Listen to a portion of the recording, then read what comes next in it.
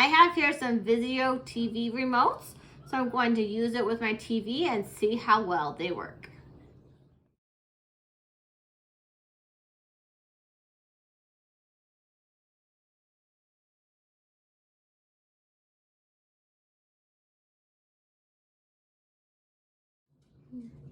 So it has these button functions right at the top. We got Vudu, Netflix, Amazon, Zumo, Crackle, and Heart Radio. So these are easy buttons to push to get to exactly what you need.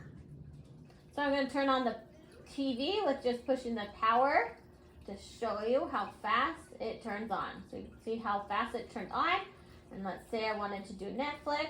I click the Netflix button, it goes to Netflix. So this remote was really nice. All you have to do is add the batteries to it and it will work automatically. There's nothing I have to do to pair it. So now all the buttons work just fine. And these fast click buttons are really nice to get to other things that you need to really easily. So I'm on the Crackle app right here with this button. It's really easy to just click it and get into there. Now I'm going to click Netflix to get into there, and you can see it changes over really quickly. So these fast little buttons to get to where you want is really nice and handy if you use these different apps with your TV.